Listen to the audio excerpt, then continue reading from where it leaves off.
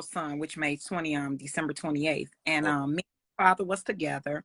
About age 3, we broke up due to the fact of him not being consistent with a job and things like that. And I just felt like he was dead weight. So he moved on. And during the Hurricane Katrina time, he went down to Louisiana and he met this young lady. And from the age 5 up to maybe 13, no contact with my son. So I would his parents and his sisters would reach out to me, and they told me what the problem was, basically because he went down there with the female, basically because I put him out and things to that nature. But in the meantime, between time, my son would ask, why my dad ain't calling? Why my dad this? Why my dad that? I never once bashed his father. I never once talked down about his father. I just would tell him, your father's going through a situation. And when he find himself, he will surface. But like I say, I never talked down to his father. So when he got to be like 14, 15, his came back around and everything, and he would go see his father during the Christmas and the birthday holidays, which would be like this time. So here about 3 years ago, his father moved back from Louisiana. Now, mind you, the young lady that he was with, he ended up marrying her, having 2 kids. But he thought that the grass was green on the other side, went down there and everything. And long story short, it wasn't what he wanted. So he came back about 3 years ago, and he came to me and we had a long talk. He apologized for all the years that he missed. He said he was going to do better. Just trust him going forward. So here it is, 2020, the pandemic. My son graduating from Julian High School. He said, I want to be here for my son. I said, that's between you and your son. He's grown. I'm out of it. So his conversation to my son was, he's going to do better. He would never, ever get out of his life again. And he has stuck to that. My son told him, we can't think about the past. We got to go forth. My mom never bashed you, not one time, never talked down to you. She just told me, you will come back around. So since 2020, well, really like 19, but 2020, he has really like put effort forth in everything. Weekends, he still pick them up, drop them off because my son don't drive. But they had the best relationship ever. Like I said, ever. And even with his dad. No, stop right there, sister. Stop right there. Listen, I'm enjoying. The reason why I'm stopping you is, now, what if you would have bashed his father, your son's father? Your son would have been looking at his father in a certain kind of way, and it wouldn't have been type of way. Yeah. He would not have been too accepting of him. That's all I want to say. Go ahead. He wouldn't have been too accepting of. And I know that he loved his son. I know my son loved his dad. They twins, but his dad had to come to realization, like, I let this woman come between me and my son. He admitted it. He said, I let this female come between me and my son. She was steady trying to have kids to get a son, but God was blessing her with girls. She never, and I told him, I said, see, this is going to be your only son. So now here about, like I say, the last 3 years, they done had the best relationship. My son turned 20 December 28th. I called him because my son wanted me to go to the Bulls game with him. I said, no, call your dad. And his dad said, well, I really don't have no extra money. It's Christmas. I sent the girls some money. I said, don't worry about it. So I bought a Bulls ticket to the Atlanta Hawks for him and his dad. And they had the best time ever. But I'm saying this to say this, like you said, if I had bashed his father, he would looked at him different. He wouldn't have been accepting of him and everything. But I just let my son know he wasn't around, not because of me. Mm-hmm.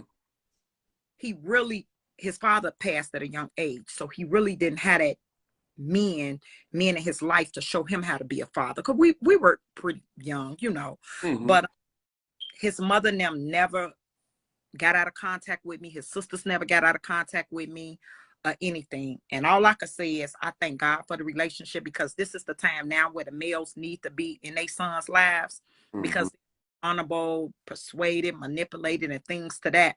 But him and his dad, when I tell you they like this, like, and that's something that I would never break up ever. This is what I'm talking about. See, now what if you were this old bitter black woman, you Negro, and you didn't, you know what I'm saying? What if you was the, you know what I'm saying? But you was mature enough to groom yourself and your son. He'll come back around, son. When And then just to piggyback to say this, my fiance was around when my son graduated from 8th grade. My fiance was around when he graduated from 12th grade. When I gave my son this big graduation party, the ex-wife came up here from Louisiana to bring her daughters and everything. And I was real grateful because my son wanted to see his daughters. But my son's father came to my fiance and he told him, thank you. He said, thank you for being here for my son when I couldn't be here for him. He said, my fiance told him, I'm not a stepfather. I'm just a father that stepped up. And him and my fiance got the best relationship ever. Wow. See, this is what I'm talking about. Yep. This is what you call a success story. You know, even though it was messy, but somehow it worked itself out. Somebody mature enough to say, hey, you know what? I'm going to stand down on this one. Yeah. Yeah, actually, I'm giving my fiance a big birthday party. My son's father just said, make sure you send me the plugger because I'll be there because, you know, Derek, he 100. He was there for me when I wasn't there for myself, when I wasn't there for my son, you know. So that's how we look at it. And it's all good. Like I have no ill feelings of him being out my son's life because at the end of the day, I knew what I had to do for him. And I couldn't stop. I had to keep moving. But, you know, like I told my son, he's going through some things and he eventually come around. And just as well, it came back around. And it's a great turnaround, I must say. And I know it was tough on you sometimes. Oh, yeah, it was tough. It was tough. I know it was. It was very tough. But I thank God for the family that I got, my siblings and everything, that I never fell short. But I knew if I did, I had my siblings and my fiance, you know, to pick me up. So, yeah. Yeah, and even now, Martin, like his father don't have a lot, but what he have, he make the best of it for him and him. They go get their hair cut every other Saturday. They go out, they go to the car wash, you know, they go eat. But he's getting better, and I give him an A for effort because he is trying. Let me say this, something, Queen. Let me say this. Sometimes money can't buy things. No.